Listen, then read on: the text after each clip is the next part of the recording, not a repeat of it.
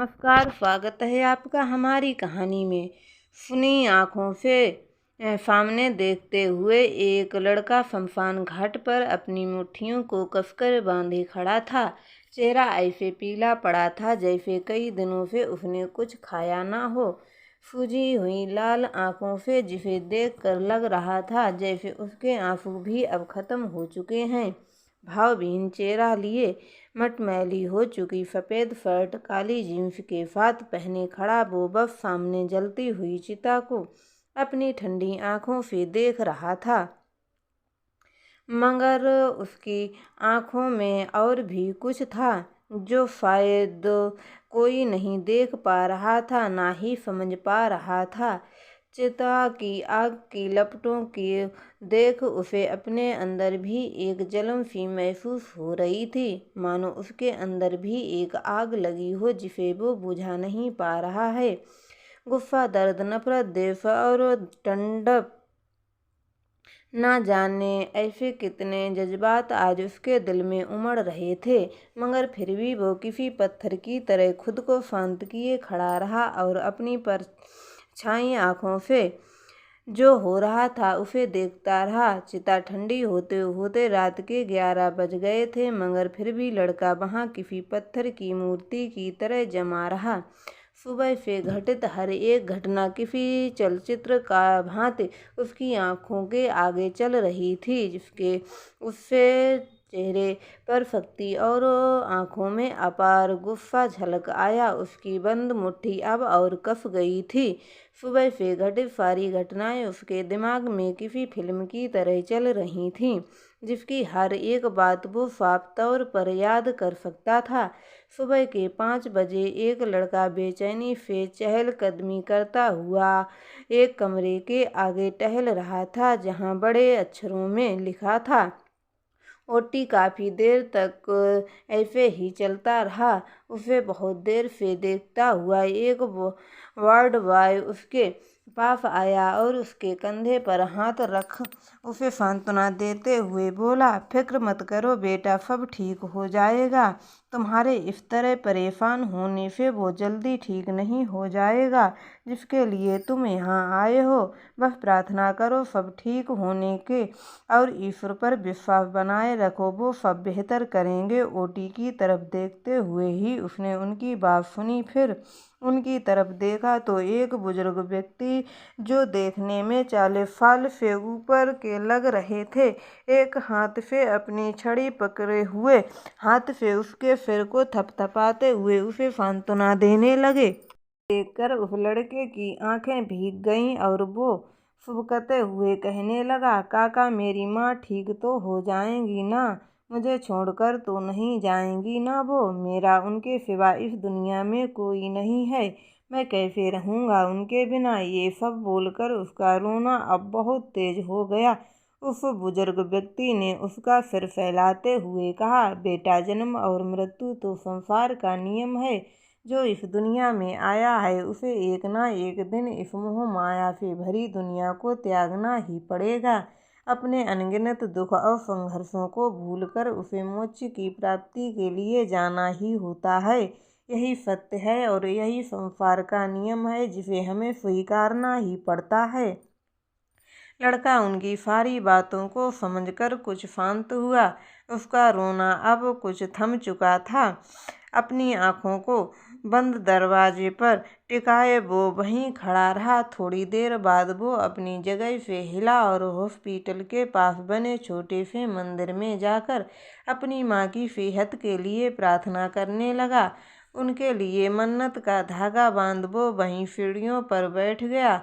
जब कुछ समय पश्चात उसका विचलित मन कुछ शांत हुआ तो वो फिर थके कदमों से दोबारा हॉस्पिटल की तरफ चल पड़ा।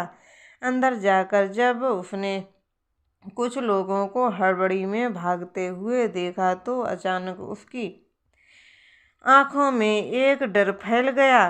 वो घबराते हुए जल्दी से रूम की तरफ भागा। अभी तक रूम बंद था और ऊपर लगे बल्ब की लाइट जल रही थी, जिससे ये पता चल रहा था कि ऑपरेशन अभी भी चल रहा है।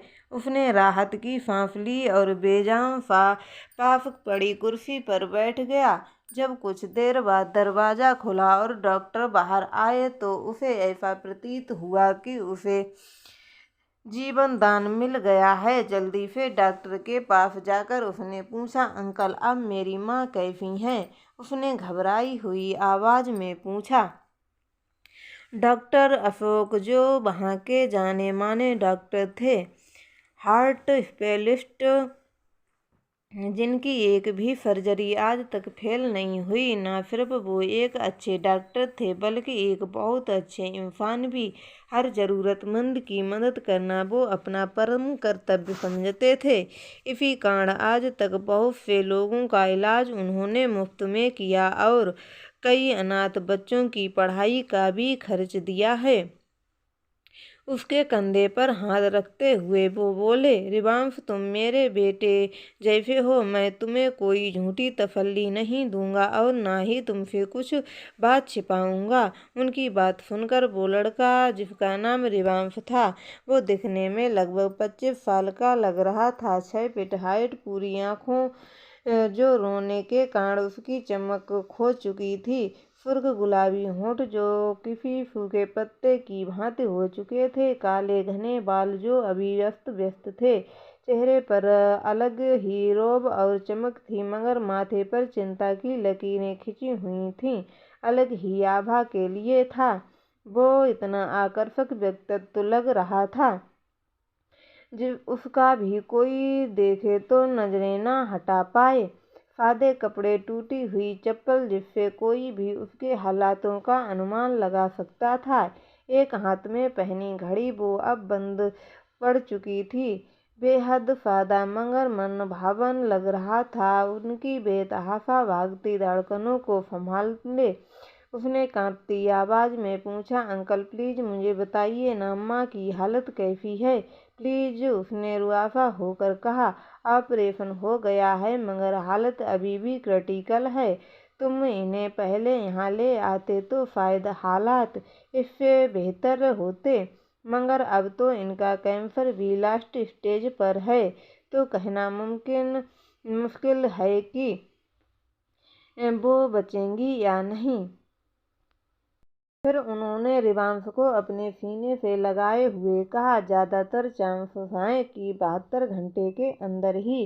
वो झटके से दूर होते हुए चीखा, कुछ नहीं होगा उन्हें। आपने कहा था ऑपरेशन पूरा हो गया है, वो जल्दी ही ठीक हो जाएंगी। की हालत देखकर डॉक्टर अशोक दुखी थे, मगर वो जानते थे कि इस वक्त कुछ भी कहा नहीं जा सकता है। रिवांश के सिर को फैलाकर वो चले गए। कुछ समय बाद उन्हें नॉर्मल वार्ड से शिफ्ट कर दिया गया। वो रिवांश भी कमरे में बाहर बैठा उनके होश में आने का इंतजार कर रहा था। बैठे हुए उसकी आंख लग गई। कुछ देर बाद एक नर्स ने उसे जगाया तो उसने घबराते हुए अपनी माँ के बारे में पूछा। नर्स ने बताया उन्हें होश आ चुका है और वो तुमसे मिलना चाहती हैं। ये सुनकर लगभग दौड़ता हुआ कमरे के अंदर गया, जहाँ उसकी माँ मशीनों से घिरी हुई अपनी बोझिल होती आंखों से उसे देख रही थी। अपनी माँ को ऑक्सीजन मास्क की मदद से सांस लेते देख उसके दिल में एक टीस सी उठी और वो अपनी माँ के लिए कुछ नहीं कर सकता, उन्हें पल पल दर्द में तड़पते तो देख सकता है, पर उनके दर्द को कम करने के लिए कुछ नहीं कर सकता। आज पहली बार वो खुद को इतना बेबस महसूस कर रहा था। जिस माँ के लिए उसके सब कुछ किया, आज वो उनके लिए कुछ नहीं कर पा रहा है। रिवांश को देखते ही उन्होंने उसे हाथ के इशारे से अपने पास बुलाया तो रिवांश जल्दी से उनके पास गया और उनका हाथ थामकर उनके पास बैठ गया। अपनी माँ के बहते आंसुओं को पोंछकर रिवांश ने उनके माथे को चूमते हुए कहा, क्या माँ, आपने ही तो मुझे सिखाया है कि किसी परिस्थिति में खुद को कमज़ोर नहीं समझना चाहिए, हमेशा मजबूत रहना चाहिए। और आज आप खुद ही छोटे बच्चे की तरह रो रही हो। आप बस जल्दी से ठीक हो जाइए, फिर मैं आपको आपकी पसंदीदा दही कचौड़ी अपने हाथों से बनाकर खिलाऊंगा। हाँ, आपके जितनी अच्छी तो नहीं पर ठीक ठाक तो बना ही लूँगा। वैसे भी इतना बुरा फेफ भी नहीं है आपका बेटा। उसकी बातें सुनकर वो हल्का सा हंसी तो रिवांश के चेहरे पर सुकून भरी मुस्कान खिल उठी। तो दोस्तों, आपको हमारी ये कहानी कैसी लगी हमें कमेंट में ज़रूर बताएं एवं हमारे चैनल को सब्सक्राइब ज़रूर करें। धन्यवाद।